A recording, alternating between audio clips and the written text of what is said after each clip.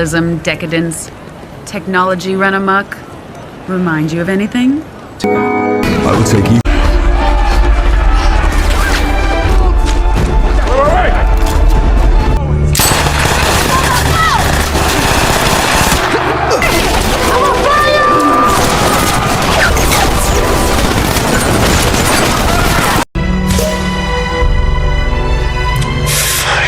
Welcome to Cine Select. Get your popcorn and let's get right into it. Today we are counting down our picks for the most dismal endings in the television history. Number 19, Finale Smallville. Did you see the one with the elephant? The Man of Steel deserves better than a circus incident on a fender. Sorry, Miss Lane. Let me just, I was just, Can o'clock. No one's paying any attention.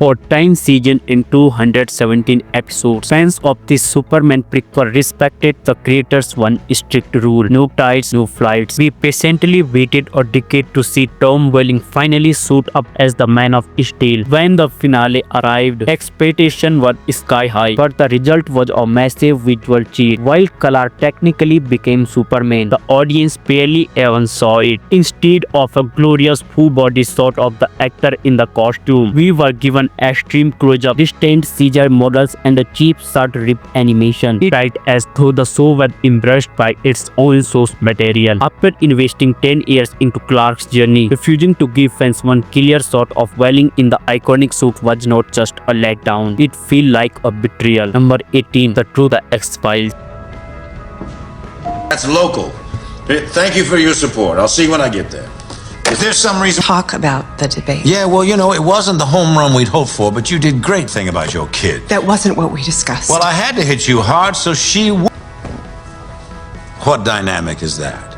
The leash. The original run of the X-Files ended in perhaps the most bureaucratic way possible. After 9 years of chasing monsters and unraveling government conspiracies, fans were desperate for an epic resolution. Instead, the truth was aborted to overload. The writers put Mulder on trial, using the courtroom setting as a flimsy excuse to bring back old characters and replay footage from previous seasons. It functioned as a glorified clip show exactly when the narrative momentum should have been peaking. Rather than a thrilling final chase or alien abduction, viewers were forced to sit through a tedious history lesson. It was a finale bogged down by its own mythology, prioritizing exposition over the excitement that made the show a cultural phenomenon. Number 17, The Last War, The 100. For years, this CW drama was defined by its gritty do whatever it takes to survive morality. However, the final season took a bizarre pivot into fantasy that completely alienated its fans base. The 100 concluded with the human race transcending into a growing alien hive mind, and holistic twist suggesting that humanity was incapable of redemption. It essentially argued that the only way to save humanity was to stop being human and begin assimilation. To make matters worse, the show brutally killed a fan favorite Bellamy Black just episode prior for practically no reason. The Last War felt like a different show entirely, sweeping grounded survival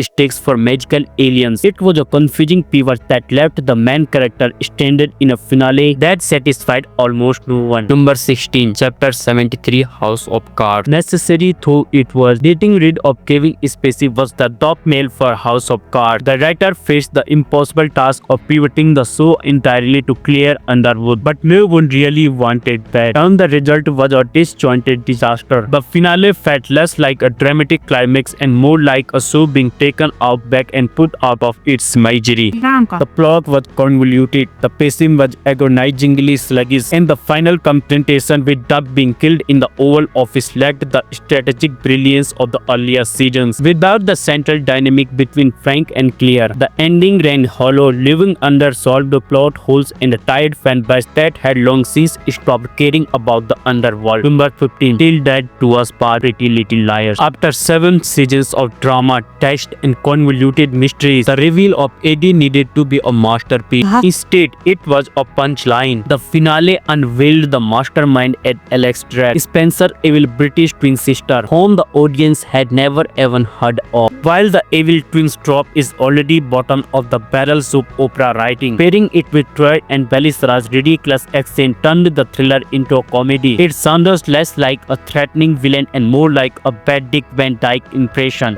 For a show that prided itself on intricate clues and audience engagement, this solution felt like a lazy and deep cheat. We think the writers wrote themselves into a corner and simply pulled a new character out of thin air, having no idea what else to do. Number 14. The final problem, Sherlock. This show began its run as a grounded and brilliant update of the world's greatest detective, relying entirely on observation and deduction. It made you look closer at the world around you. It ended with characters having superpowers. In the final problem, the show introduced Sherlock's secret sister Eurus, a super genius with mind control powers who traps the trio in a dungeon of death game. The episode completely abandoned the logic that made the series a global hit, replacing the clever whodunit tone of the earlier season with impossible stakes and goofy set pieces out of a James Bond movie. And that's not even going into the whole secret sister thing, which is barely a step up from the twill trope. It was loud, dumb, and utterly disconnected from the realistic charm of the earlier season. Number 13. Into That Good Night. The original run of Roseanne is infamous for its bizarre 9th season, where the blue-collar Connors won the lottery and became rich. However, the finale managed to make a bad season even worse. In the closing monologue, Roseanne reveals that she had been writing a book to cope with trauma and that everything in the 9th season was just her imagination. The lottery win was fake, couples were swapped, and most devastatingly, her husband then was dead. It was a gut punch that just felt needlessly cruel. By telling the audience that the happy moments they invested in were lies, the show invalidated its own history. The recent revival wisely recount this disaster. Number 12. These Are the Voyages, Star Trek Enterprise. Apparently, by turning it into an episode of a completely different show, the finale of Enterprise framed the entire plot as a holiday simulation being watched by Riker and Troy from the Next Generation. Yes, they unironically did the "it was all a dream" thing. The actual cast of Enterprise were completely stripped of their agency, turned into background NPCs in the misguided attempt at fan service. To add insult to injury, the legendary Trip Tucker was killed off in a meaningless, controverted skirmish that served no narrative purpose other than pure shock value. The episode was widely slammed by fans, critics, and even the actors themselves, standing as a disrespectful slap in the face to the cast and the 4 years they spent building the show. Number 11. Hello Moses, Killing Eve. Think Entry remains a sore spot for fans of character-driven drama. For 4 seasons, the electric dynamic between Eve and Villanelle captivated audiences, and in the final moments of the series, the two finally unite, sharing a rare moment of pure earned joy. Then barely 3 minutes later, the writers rip it away. Villanelle is uncommonly shot by a sniper and washed away in the Thames, followed immediately by a flamboyant, the end title card. Fans actually thought the show was trolling. It was not. This was a textbook example of the infamous bury your guest trope, punishing the characters in the exact moment they found happiness. The sudden and bleak conclusions rendered the entire 4 years journey pointless, leaving loyal viewers with nothing but emotional wistfulness and a sense of perfect disdain. Number 10. The finale Sainsfield.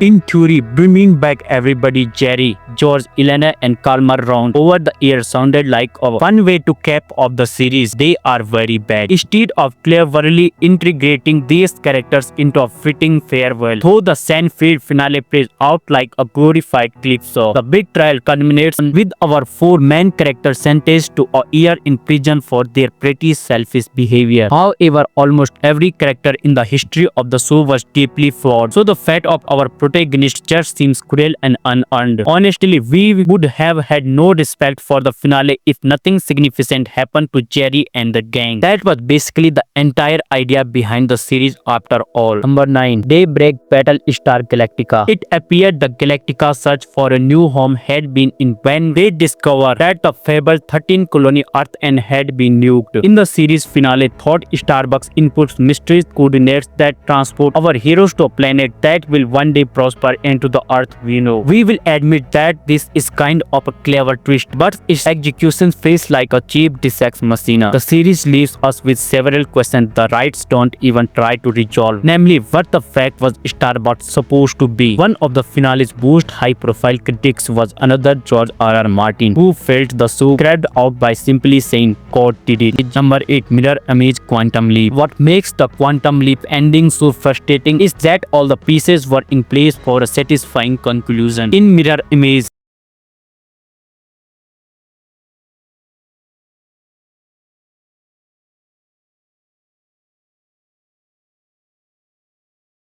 and so he left the finale ambiguous. Instead of seeing Scott Bakula travel back to his own time period, the audience is left with a tackled on title card saying that he just keeping hoping through specimen. For years, there is been talk of a potential Quantum Leap continuation. Until then, the worst Dr. Sam Beckett never returned home will remain a bitter blemish on this show's otherwise enjoyable track record. Number 7. Of course, he is dead. 2.5 Men. This sitcom officially jumped the shark after Charlie Sheen left and had been running on fumes by the time its final season was parted out. As one last middle finger to those who stuck with the series for 12 seasons, the finale continually staged the return of Uncle Charlie. All that build-up led to the ultimate anti-climax in which an oblivious Charlie Sheen body double was crushed by a grand piano. Then in even more curious move, co-creator Chuck Lorre was hit with another piano after spouting Sheen's infamous catchphrase. We think this is supposed to be a meta humor, but we have no clue what the showrunners were trying to stay here. All we know is this finale is anything but a winner. Number 6. Thank you, True Blood. The last couple seasons of True Blood were rough, but we stick with the sexy vampire drama to see who ended up with who. The final episode features a wedding between Jessica and Hoy, who were never exactly anyone's favorite couple. The womanizing Jason sporadically settles down with Hoy's ex-girlfriend, who had like 5 lines. What about Suki and Bill?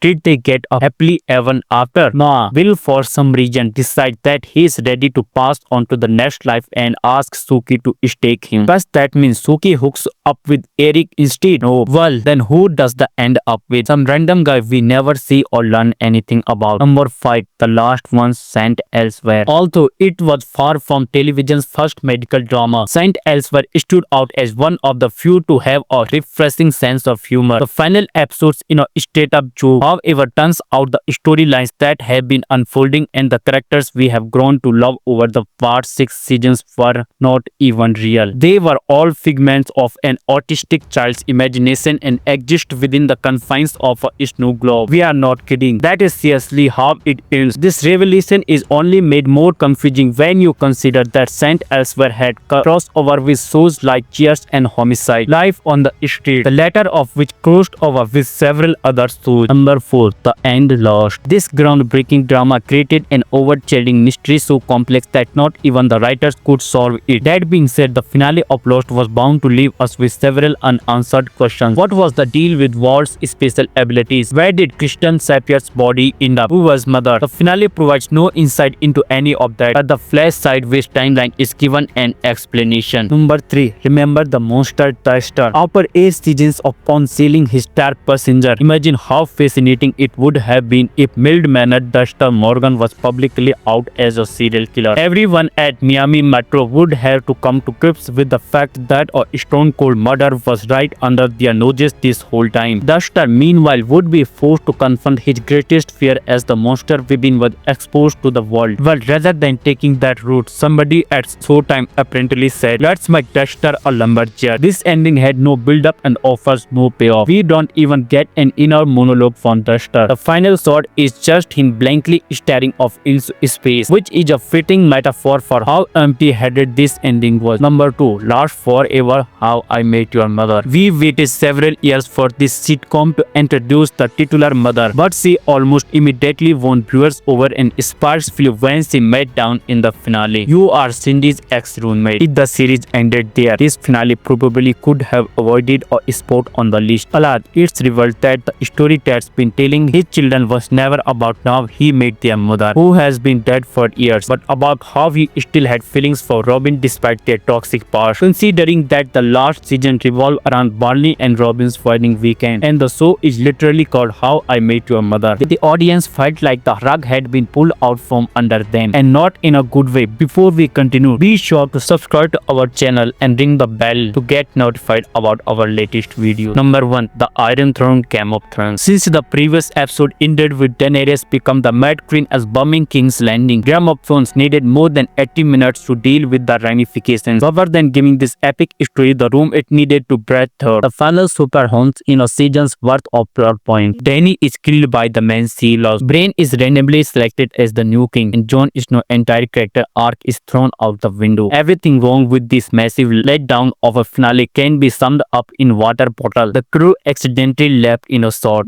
It is so rushed that apparently no one had time to think.